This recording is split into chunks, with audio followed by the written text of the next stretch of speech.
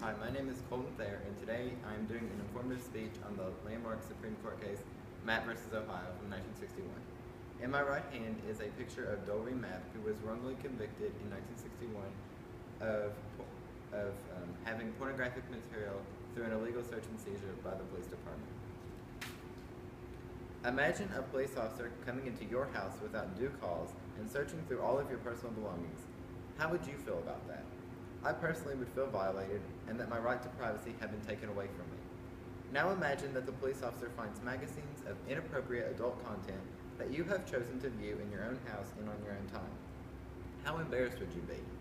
This is exactly how Dolby Mapp felt in 1957 when 3 police officers stormed into her house without her consent on grounds simply that they thought they would find a bomb suspect and/or illegal betting equipment. The case Mapp versus Ohio was instrumental in upholding the illegal search and seizure protection clause of the 4th Amendment to the U.S. Constitution.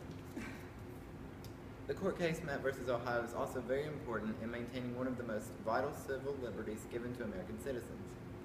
As a 4-year history student in high school, including one who has taken several classes in government and law and justice material, I have done several hours of research and written many papers over landmark Supreme Court cases, one of being Mapp versus Ohio.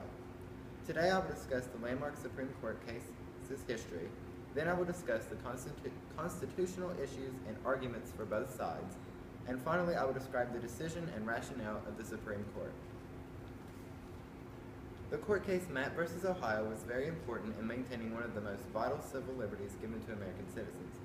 The Warren Court left an unprecedented legacy of judicial activism in the area of civil rights law, as well as in the area of many civil liberties, especially concerning the rights of the accused as addressed in the 4th and 8th Amendments.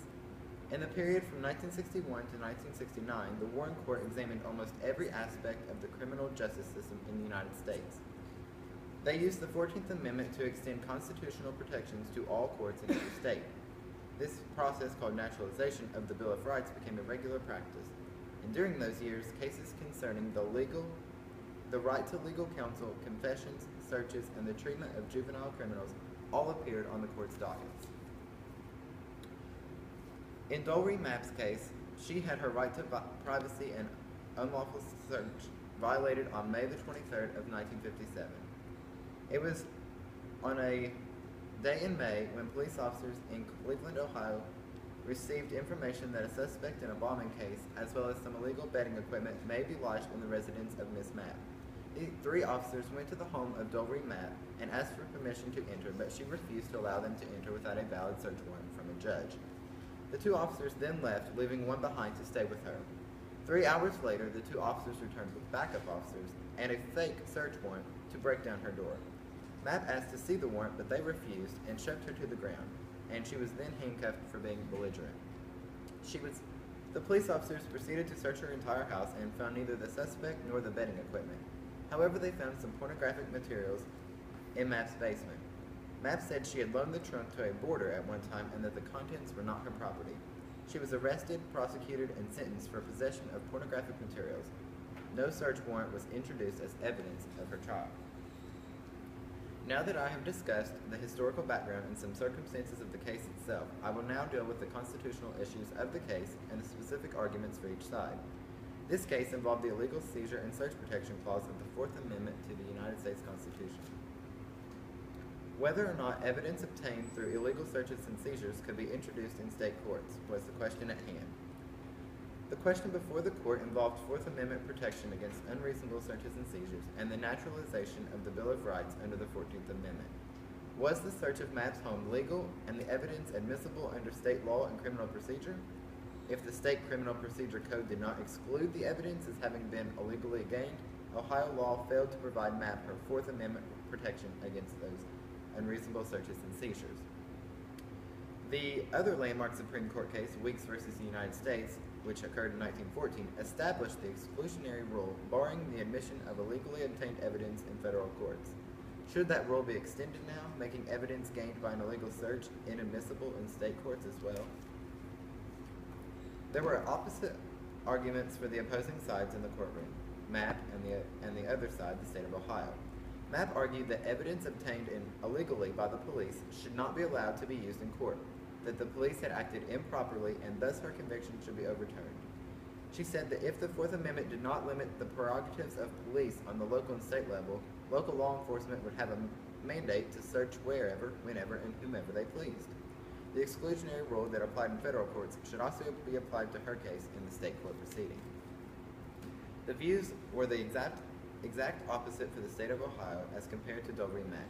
The state of Ohio argued even if the search was made without proper documentation, the state should not be prevented from using the evidence in court. The Fourth Amendment does not forbid the admission of evidence obtained through illegal searches and seizures. Ohio also argued that the 14th Amendment does not guarantee the Fourth Amendment protections in the state courts. Furthermore, under the 10th Amendment, the state should retain their rights to operate on separate court systems. The Bill of Rights only restricts and limits the actions of the national government, not the state or federal.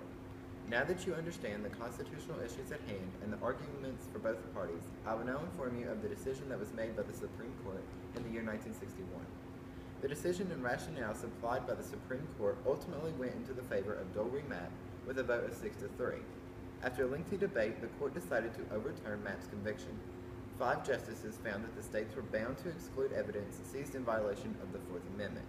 In the majority opinion, Justice Tom Clark declared, "We hold that all evidence obtained by searches and seizures in violation of the Constitution inadmissible in a state court.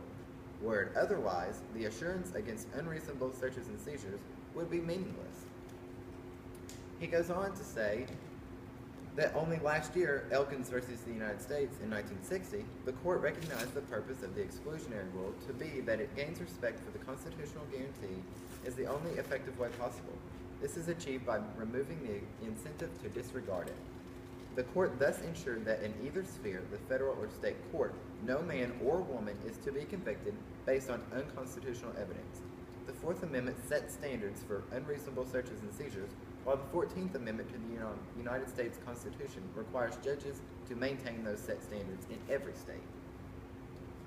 In conclusion, I want to tell you that I have discussed the landmark Supreme Court cases history, then I discussed the constitutional issues and arguments for both sides, and finally I described the decision and rationale of the Supreme Court justices. The court case Mapp v. Ohio was very important in maintaining one of the most vital civil liberties given to American citizens. In closing, the 50-year development of the exclusionary rule, which protected Ms. Mapp in this incident, was vital to protecting the civil liberties of American citizens. First established in the Weeks case in 1914 and continued in Elkins 1960, and now the decision established in the Mapp case of 1961. Remember how you would feel if your privacy rights were violated, and now you know the reason that you will never have to feel that way, thanks to Ms. Doe v. Mapp. Thank you.